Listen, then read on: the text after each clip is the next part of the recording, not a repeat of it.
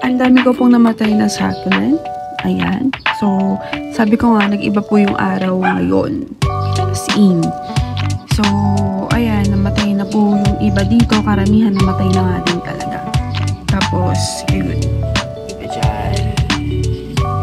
Iba dyan, ganyan yung mga echeveria. Ayan. So, ang dami. So, dati, ang healthy nila. Pumasok yung November, tas lately October, nag-iba yung sun nila. Ayan. So, konti na lang po yung natira. From here, ito, nakaangat. Ayan, nahulog yata ito. Si bluebird. Ayan. So, marami pa rin akong namatay na succulent.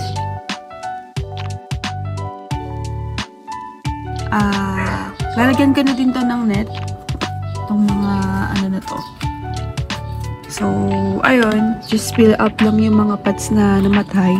And then, put some new succulent din. Ayun. Maglalagay na ako ng net. Dahil kasi yung araw dito is 11 AM onwards. Kaya nga may UV eh. Yun nga lang. From the side, tumatama pa rin yung araw. So, ayun. So, I know, hindi lang ako ang ganito. May nag-chat sa akin. Mano, tayo yung mga succulent ko. Gym na lang ako. Sabi ganun. Yun. So, anyway, just ganyan talaga sila. Wala akong magagawa.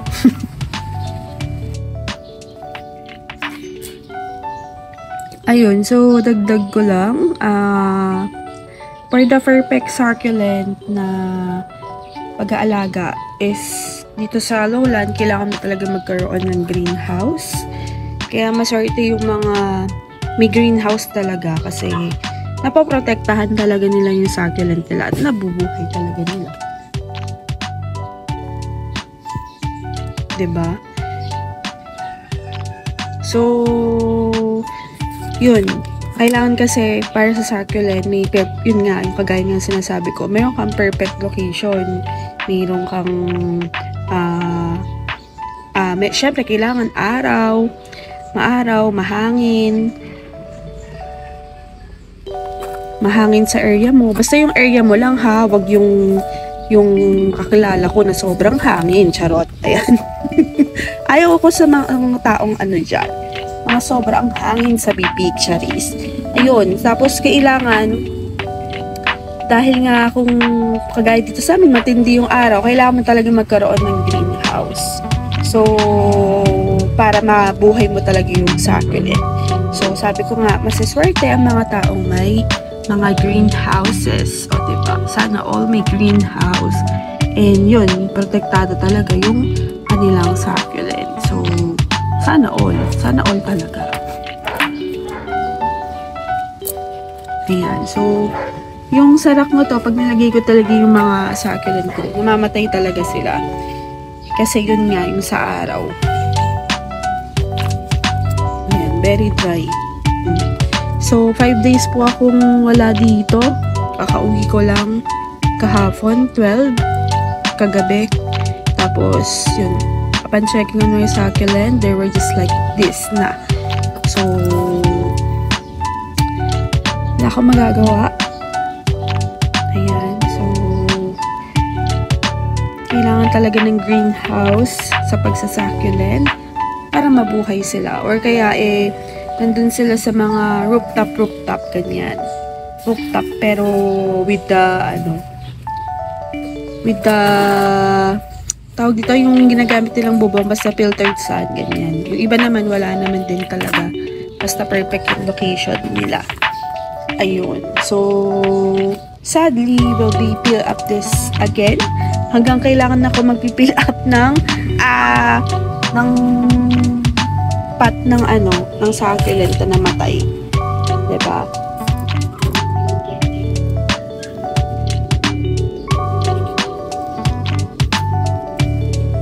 So, may mga natira pang, ayan, malalakas sa lowland. Sino yung mga yan? So, ayan sila.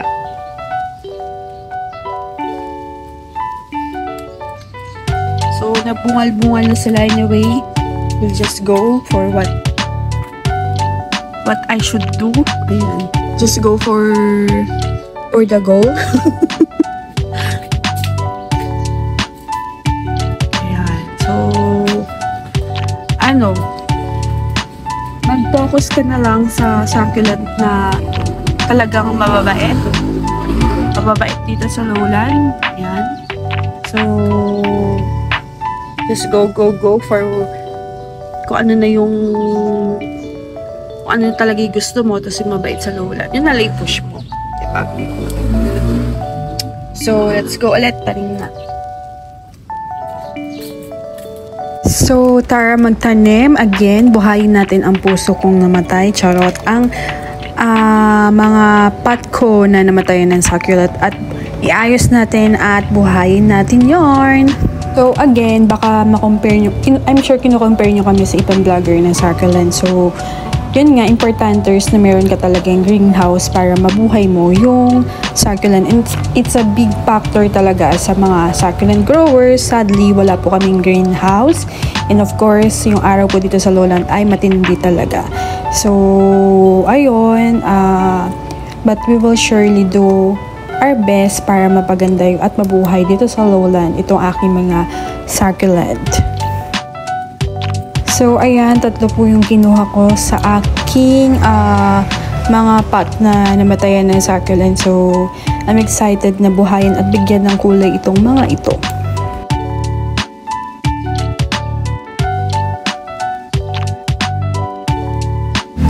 So, I will start to repot na. And, my soil mix is 70% of the organic and the 30% is the pumice stone. So, for organic material, I'm using loam soil composed of CRH, cocoa peat, trisal, and some garden soil din. And for the pumice stone, 30% po yung ginagamit ko. Some of the inorganic material, lava rock, and others from the kanuma, yung iba kanuma, and then hase akadama din. So mix na kasi sila because nire-recycle ko lang po yung old soil mix ko from the succulent na nasigpay or namatay. So 70% of the organic and the 30% of the inorganic is mas effective po sa akin here in lowland because before I'm using a 50% of the inorganic and the 50 is the pumice stone. Yung succulent ko po is very dry and pangit po yung growth niya. Hindi po maganda yung growth. Pag kasi more drainable yung inyong soil is hindi nakakakuha ng enough water yung succulent. And kailangan kasi mayroon kakapitan yung ugat ng succulent mo doon sa soil mo para mas maganda yung growth nila. So, isipin nyo, kung nagtatapon kayo ng tubig, isipin nyo yung strainer. Kung magtatapon kayo ng tubig doon, talagang matatapon lahat. So, wala pong may iwan na water doon sa succulent yung mismo. Kaya yung iba, soak yung ginagamit nila kapag ka 50-50 of the soil mixture. So, nagsosoak sila para machabi yung kanilang succulent. So dito po sa amin in lowland, sobrang init po kasi. Kaya hindi effective sa akin yung super dry soil. And ang dry din ng succulent tingnan kapag super dry yung soil. For the first repotting of your succulent, you will matatakot kayo na, naku, magdidilig ako ng marami, baka mamatay yung succulent ko, ganyan. So, dito kasi sa amin, sobrang init po kasi kapag dumating yung succulent at inner-dry ng matagal or kahit hindi matagal is naninilaw po yung succulent. So, ayun, from that, madali po silang ma-drain, madali silang mauhaw, ma-dehydrate. So, dito sa amin, mas effective yung medyo moist yung soil. And para magka-roots agad kasi yung inyong succulent, you have to use a moist soil. So, kung dry yung gagamitin mo, matagal siya mag-uugat.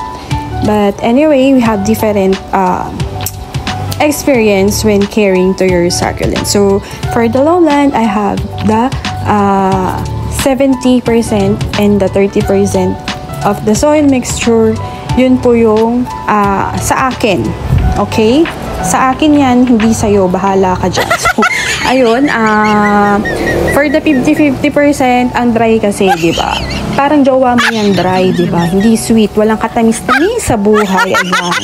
So, di ka man lang mabigyan ng flower, o di ba? Kahit isang petal lang ng flower, wala, di ba? Kapag anniversary nyo, wala din. So, ayun, sino yung mga jowang dry dyan? Congrats! Parang soil mix mo yan. 50% of the pumice stone and 50% of the organic material is very dry. So, I'm done with our repotting session. Ayan.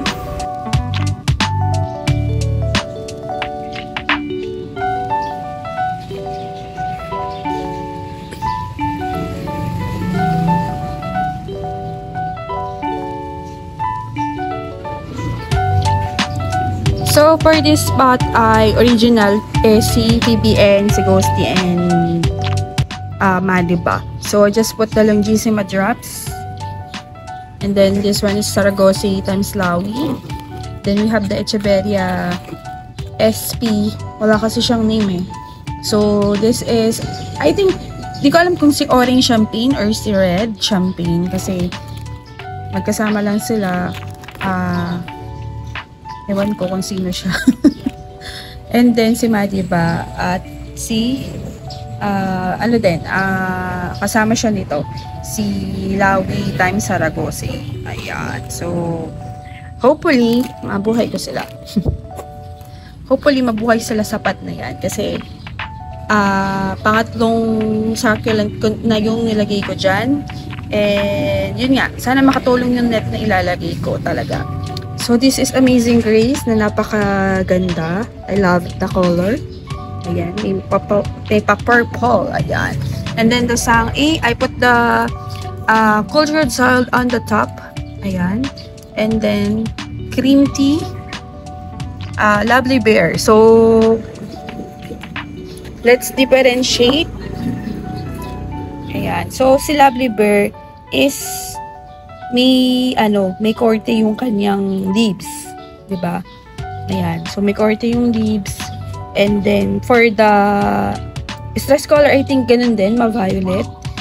And then for the Amazing Grace is ganun din. So tingnan niyo kasi si Amazing Grace pag ganun yung style ng kanyang mga leaves, yung mga rosette niya pag ganun, 'di ba? So for the Lovely Bear, ganun rin naman. So, usually naman, ganyan naman din talaga yung succulent. Ayan. So, medyo nag-etiolate niya lang siya sa gitna, but it's okay. Ayan. Bunuin na lang natin. And for this spot, we have the cheesecake, the clabatum, and parang ano yata to? Si Chloe nga yata. Tapos to si cheesecake, si clabatum, and then the bloody gem. So, sino na nga to? Si deer, basta yung may deer. Bloody deer yata. Spotted deer, ayun, just guess, yeah. Spotted deer siya. And then I have the stinky, yung luma dyan. Then ito si brown sugar na kinulang na sa araw. Ayan. So dito, nilagay ko si Tornado, and then si Icebird, and si Franz Anna. Ayan. So, originated si cinnamon. Ayan. Cinnamon ha, wag cinnamon. Okay? Ayan.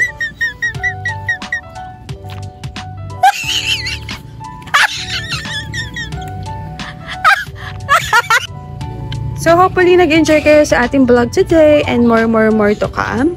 More succulent repotting. And by the way, I'm just using the old soil mix, the 70% organic material composed of CRH, cocoa peat,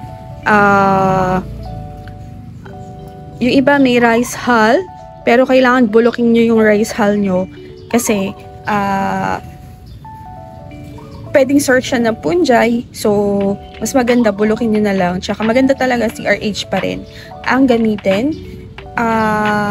Kasi it serve as fertilizer pa rin. So, very rich kung you will put just CRH, ganyan. So, the others were Ano pa ba yung nilagay ko? Yun. So, yung iba dito, mayroon ng halong lava rock, may halo ng pumice stone, tapos yung iba may halo na ng mga iba kong mga toppings kasi nire-recycle ko lang naman sila. So, that's it for today. Thank you for watching at Everything Nice at Mitch. Succulent love, your nurse Blandita saying God bless po at laging mag-ingat.